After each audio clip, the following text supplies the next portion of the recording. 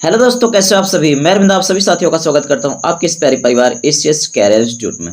दोस्तों, आज की इस वीडियो में हम लोग फिर से डिस्कस करेंगे रेलवे एनटीपीसी के जो जनरल अवेयरनेस के क्वेश्चन है उनके बारे में। तो चलिए क्लास को करते हैं कंटिन्यू। तो पहला जो हमारा पॉइंट है, इंटरनेशनल एटॉमिक एनर्जी एजेंसी की स्थापना जो है वो कब हुई थी। तो दोस्तों, इसकी स्थापना जो हुई थी 1957 को की गई थी। चंद्रकांता नामक उपन्यास के लेखक कौन है, इंपॉर्टेंट है। ठीक है, इस जैसे पुस्तक हो गया, उपन्यास, इनसे रिलेटेड क्वेश्चन आपके एग्जाम में पूछे जाते हैं। तो देवकी नंदन खत्री, ठीक है, देवकी नंदन खत्री चंद्रकांता नामक उपन्यास के राइटर। बात करते हैं संथाल विद्रोह की। तो संथाल विद्रोह जो है कब हुआ था, तो 1855 में। 1855 में आपका संथाल विद्रोह था। आपको कमेंट में बताना संथाल विद्रोह कब से कब तक चला था। संथाल विद्रोह 1855 को तो शुरू हुआ था, लेकिन ये कब खत्म हुआ था, मतलब कब से कब तक चला था, आपको ये बात कमेंट बॉक्स में बतानी है। बात करते हैं अगला जो आपका पॉइंट है कि लॉर्ड कॉर्नवालिस को किसका जनक कहा जाता है। तो दोस्तों, लॉर्ड कॉर्नवालिस को अस्थायी बंदोबस्त का जनक कहा जाता है। वेरी वेरी इंपॉर्टेंट क्वेश्चन, इस बात को आप सभी ने ध्यान रखना है। पूना पैक्ट भीमराव अंबेडकर एवं महात्मा गांधी के बीच हुआ था। क्वेश्चन यही पूछा जाता है कि पूना पैक्ट किसके किसके बीच में हुआ था। तो दोस्तों, भीमराव अंबेडकर एवं महात्मा गांधी के बीच में हुआ था। ठीक है, कब हुआ था ये भी आपको कमेंट बॉक्स में बताना है। ठीक है, कमेंट बॉक्स में इसलिए बताना है क्योंकि आप लोग वीडियो देख लेते हैं लेकिन कमेंट नहीं करते हैं। तो जिस प्रश्न का आंसर आपको पता हो उसका आप कमेंट कीजिएगा। ठीक है, और ये सारे पॉइंट आप देख लीजिए, काफ़ी ज़्यादा रिलेवेंट है क्वेश्चन आपके एग्जाम के लिए। तो यहाँ पर बात करेंगे शिमला समझौता। तो शिमला समझौता किसके बीच हुआ था, तो इंदिरा गांधी एवं जुल्फिकार अली भुट्टो के बीच में शिमला समझौता हुआ था। दूसरी पंचवर्षीय योजना किस पर आधारित है, तो दोस्तों महालनोबिस मॉडल पर आधारित है। ठीक है, महालनोबिस मॉडल पर आधारित है आपकी दूसरी पंचवर्षीय योजना। ठीक है, अगर बात की जाए पंचवर्षीय योजना की शुरुआत कब हुई थी, दोस्तों हुई थी 1951 से, क्या लिख दिया, 1951 से। ठीक है, 1951 से 1956 तक ये हमारी पहली पंचवर्षीय योजना चली थी। और बात करें 1951 से कुल 2017 तक हमारी पंचवर्षीय योजना चली थी। पहली पंचवर्षीय योजना जो है वो आप सभी को पता है 1951 से 1956 तक चली थी। ठीक है, 1951 से 1956 तक चली थी। और इसका जो प्रथम पंचवर्षीय योजना थी वो किस पर आधारित थी, तो दोस्तों जो प्रथम पंचवर्षीय योजना थी वो आपकी आधारित थी किस पर, हेराल्ड डोमर मॉडल पर। ठीक है, हेराल्ड डोमर मॉडल पर आधारित थी पहली पंचवर्षीय योजना। क्लियर है। दूसरी पंचवर्षीय योजना का जो टाइम ड्यूरेशन था वो क्या था, वो था 1956 से 1961 तक। ठीक है, 1956 से 1961 तक इसका टाइम ड्यूरेशन था। आई होप इतनी बातें आपको समझ में आई होंगी। चलिए बात करते हैं Bokaro steel plant. Bokaro steel plant किसके सहयोग से स्थापित किया गया था। कमेंट में आपको बताना है कि बोकारो स्टील प्लांट, ये फिलहाल ये तो आपको पता हो गया कि सोवियत संघ के सहयोग से स्थापित किया गया था, लेकिन किस पंचवर्षीय योजना के दौरान किया गया था, ये किस पंचवर्षीय योजना के दौरान किया गया था और ये कहाँ पर स्थापित है, ये कहाँ पर स्थापित है, आपको कमेंट बॉक्स में इसका जवाब देना है। जितने लोग भी इस प्रश्न का जवाब जानते हैं आप सभी लोग कमेंट करके जरूर बताइए। बात करते हैं कि सीसा क्या होता है, तो दोस्तों आप सभी को पता है सीसा जो होता है मिश्र धातु होती है।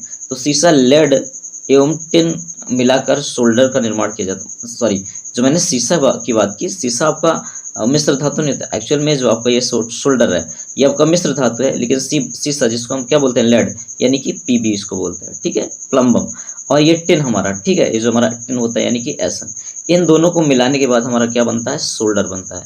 तो हम कह सकते हैं जो शोल्डर का निर्माण होता है वो किससे, किन किन धातुओं से होता है, लेड और टिन से। तो शोल्डर आपका क्या है, ये मिश्र धातु है। आई होप इतनी बातें आपको समझ में आई होंगी। मिश्र धातु क्या होती हैं, जब दो या दो से अधिक धातुओं को मिला करके, ठीक है, दो या दो से अधिक धातुओं को मिला करके बनाया जाता है एक धातु, तो उसको क्या बोला जाता है, मिश्र धातु बोला जाता है। इसमें कॉम्बिनेशन होता है कई सारी धातुओं का।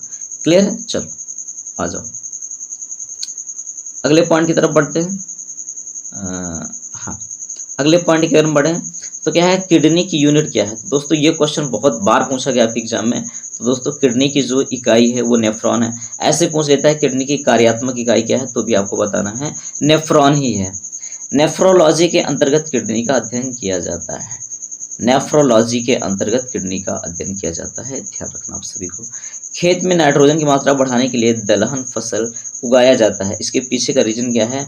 नाइट्रोजन फिक्सेशन की प्रोसेस होती है इसमें, जिसकी वजह से काफ़ी मात्रा में जो आपका ये नाइट्रोजन की मात्रा बढ़ जाती है। अब यहाँ पर देखेंगे अर्थ समिट का दूसरा, ये उस टाइम का क्वेश्चन है, ठीक है, ये प्रीवियस ईयर क्वेश्चन के अर्थ समिट का दूसरा रियो सम्मेलन, अर्थ समिट का दूसरा नाम रियो सम्मेलन है। ये स्टैटिक का पार्ट है, आप सभी को ध्यान देना है कि जो आपका अर्थ समिट है उसका दूसरा नाम क्या है, तो उसका दूसरा नाम है रियो सम्मेलन। ईस्ट इंडिया कंपनी की स्थापना कब हुई थी दोस्तों? आप सभी को पता है 1600 ईस्वी में ईस्ट इंडिया कंपनी की स्थापना हुई थी। क्रोएशिया के सर्वोच्च नागरिक सम्मान से श्री रामनाथ कोविंद को सम्मानित किया गया, हमारे भारत देश के राष्ट्रपति। ये इस टाइम तो द्रौपदी मुर्मू है, आप सभी को पता है। इसके पहले जो थे श्री रामनाथ कोविंद थे, तो उनको क्रोएशिया के सर्वोच्च सम्मान से सम्मानित किया गया था। बात करेंगे अगले पॉइंट की, तो अगला पॉइंट है कि रीजनल कनेक्टिविटी स्कीम का नाम क्या है दोस्तों? इसका नाम उड़ान है, ठीक है। मांसपेशी में ऑक्सीजन की कमी से कौन सा अम्ल बनता है? जैसे बहुत सारे लोग जिनकी एज थोड़ी ज़्यादा हो जाती है तो उनके घुटनों में, मांसपेशियों मतलब कई तरह बहुत ज़्यादा दर्द रहता है, जिसकी वजह क्या होती है? तो दोस्तों लैक्टिक अम्ल वहाँ पर जम जाता है, लैक्टिक अम्ल वहाँ पर बन जाता है, किसकी वजह से? मांसपेशी में ऑक्सीजन की कमी से। पीली क्रांति, तो पीली क्रांति का संबंध किससे है? तो दोस्तों पीली क्रांति तिलहन से संबंधित है, तिलहन फसल से संबंधित है आपकी। श्वेत क्रांति किससे संबंधित है? श्वेत क्रांति दोस्तों आप सभी को पता होगा, श्वेत क्रांति दुग्ध से संबंधित है। श्वेत क्रांति के जनक कौन माने जाते हैं? तो आप सभी को पता है वर्गीज कुरियन, ठीक है। वर्गीज कुरियन जो हैं वो आपके श्वेत क्रांति के जनक माने जाते हैं। ये सारे पॉइंट आपके एग्जाम के लिए इंपॉर्टेंट हैं, बहुत बार बहुत तरह के एग्जाम में ये क्वेश्चन पूछे जा चुके हैं। बात करते हैं कि कामाख्या मंदिर कहाँ है? तो दोस्तों कामाख्या मंदिर आपका है असम में, ठीक है। वारली चित्रकला किससे संबंधित है? दोस्तों वारली चित्रकला ये महाराष्ट्र से संबंधित है। कल्पक्कम पावर प्लांट का पुराना नाम, दोस्तों इसका नाम था Madras atomic power station. Important है, ध्यान रखना आप सभी को। बात करेंगे अगले पॉइंट की, तो अगला पॉइंट आपका है कि तानसेन की संगीत शैली। देखिए फ्रेंड, यहाँ पर जो लिखा है गोपद, ये गोपद नहीं, यहाँ पर होगा ध्रुपद, ठीक है। यहाँ पर यानी कि इस तरह से आपका ध्रुपद होगा, ध्रुपद, ठीक है। यहाँ पर बात करें जो इसकी शैली होगी क्या होगी? वो होगी ध्रुपद, यहाँ पर मिस्टेक है, ठीक है, गलत लिखा हुआ है। तो तानसेन की जो संगीत शैली थी वो कैसी थी? ध्रुपद। मैं यहाँ पर फिर से लिख दे रहा हूँ ध्रुपद, ठीक। चलो ध्यान रखना आप सभी को।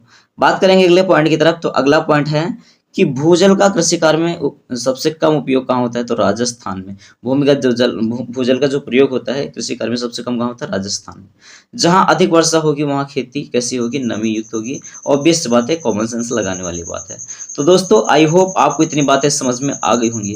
वीडियो कैसे लगी कमेंट बॉक्स में जरूर बताइएगा, चैनल को सब्सक्राइब कीजिएगा। मिलता है फिर नेक्स्ट वीडियो में, तब तक के लिए बाय बाय, टेक केयर। जितने भी क्वेश्चन मैंने पूछे हैं आप सभी लोग को इसका आंसर कमेंट बॉक्स में देना है, ठीक है। आज ज़्यादा मैंने एक्सप्लेन नहीं किया क्योंकि जो भी चीज़ें थी मैंने क्वेश्चन ही के फॉर्मेट में पूछ लिया आपसे, ताकि आप कमेंट करें, जरूर आप कमेंट करें, ठीक है। चलिए फिर मिलता है नेक्स्ट वीडियो में, तब तक के लिए bye bye, take care, thank you, love you all.